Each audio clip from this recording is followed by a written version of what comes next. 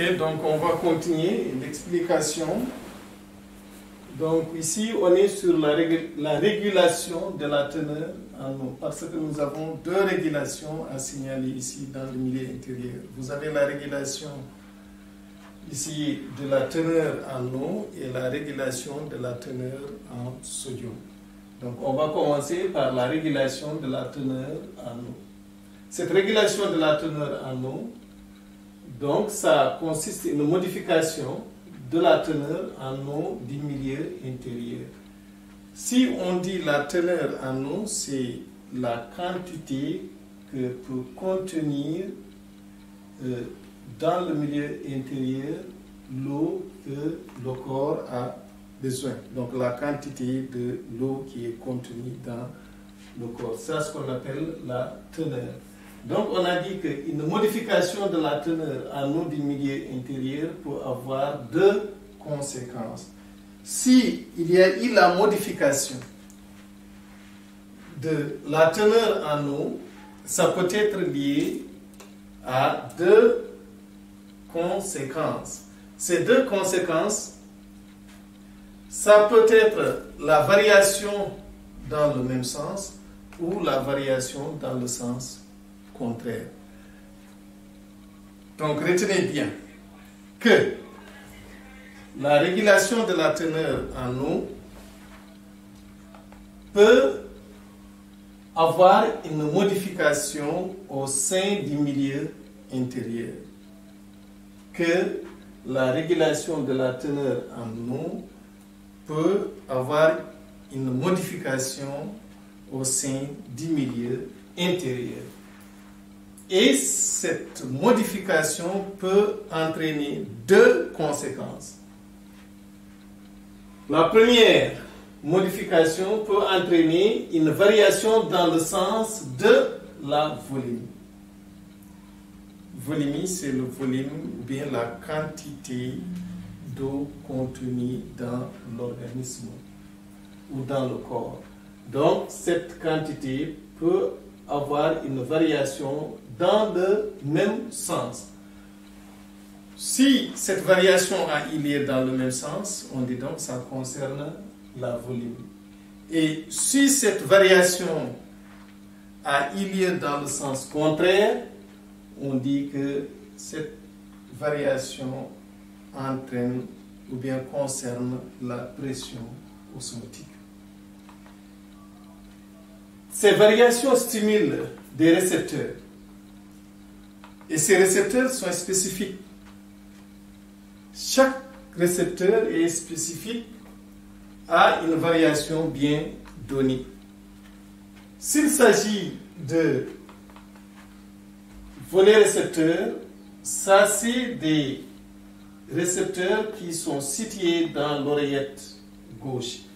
Et ça concerne des variations dans le même sens, c'est-à-dire la volémie. S'il s'agit des osmorécepteurs, c'est des récepteurs qui concernent donc la pression osmotique. Et ceci va être lié au neurone de l'hypothalamus.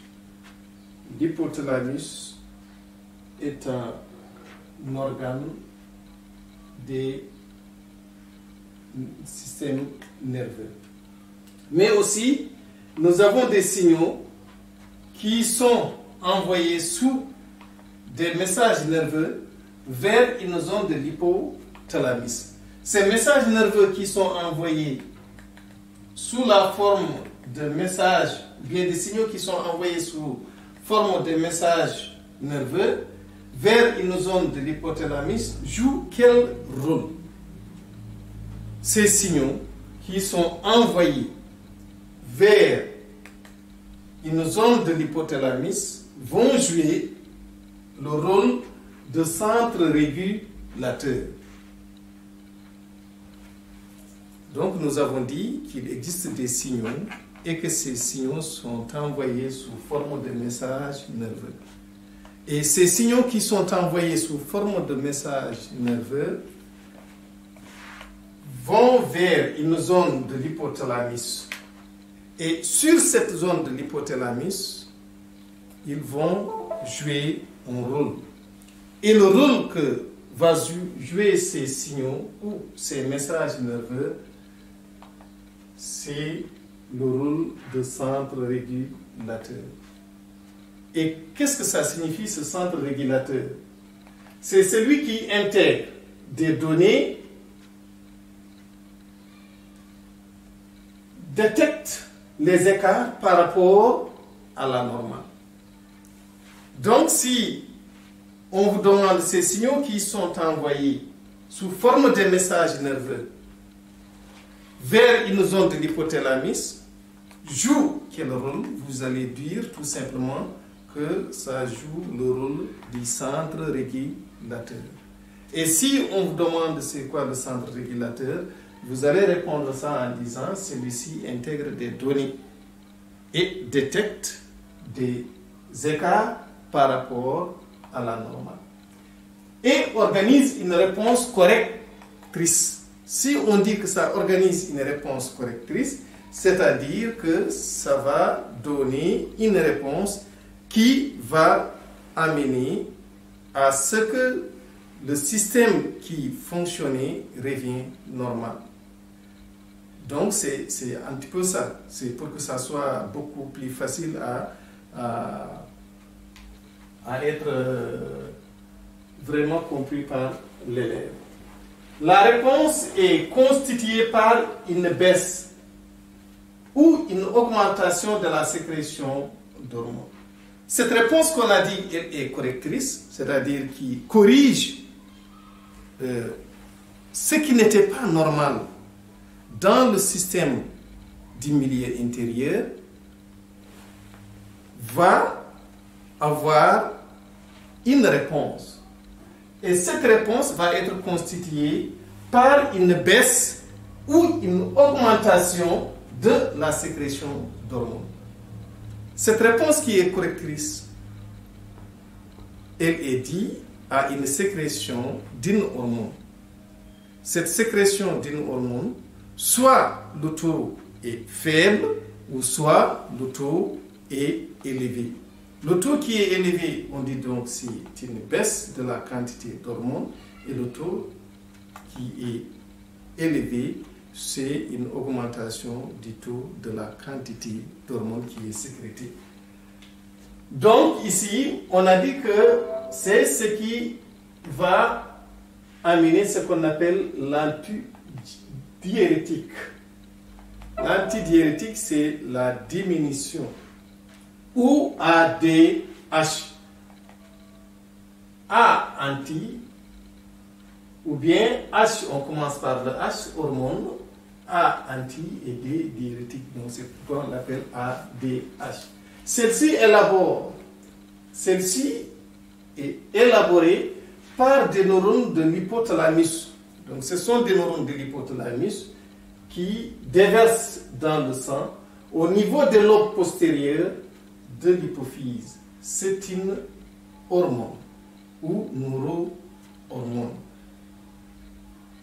Elle agit sur les cellules du type collecteur du rein en augmentant leur perméabilité à l'eau.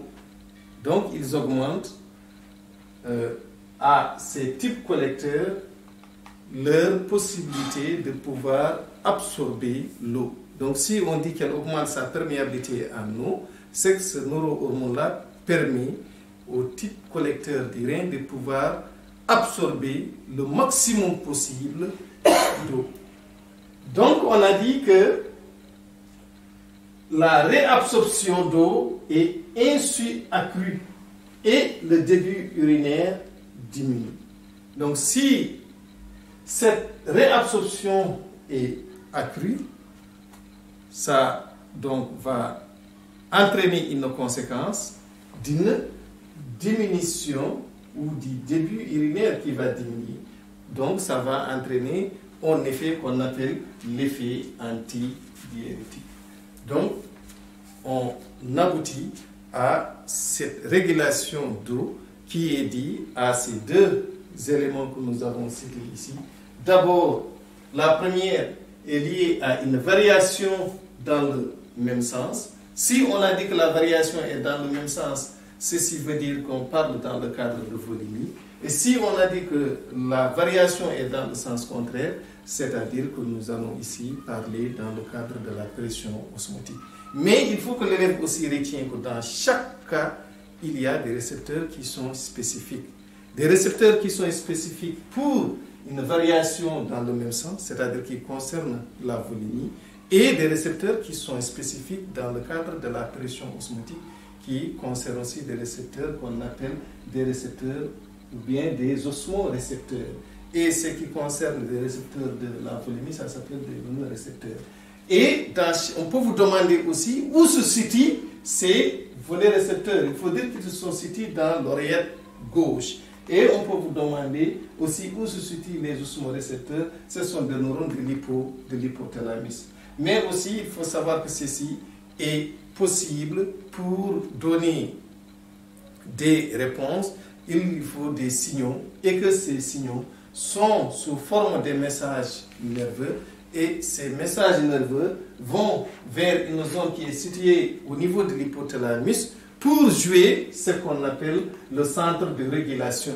Et ce centre de régulation, c'est pour faire quoi? C'est pour entraîner tout simplement une intégration des données et de détecter des écarts par rapport à la normale. Ceci donc va donner comme conséquence la correction ou bien une réponse correctrice, c'est-à-dire une réponse qui va corriger l'anomalie que nous avons au niveau de notre milieu intérieur.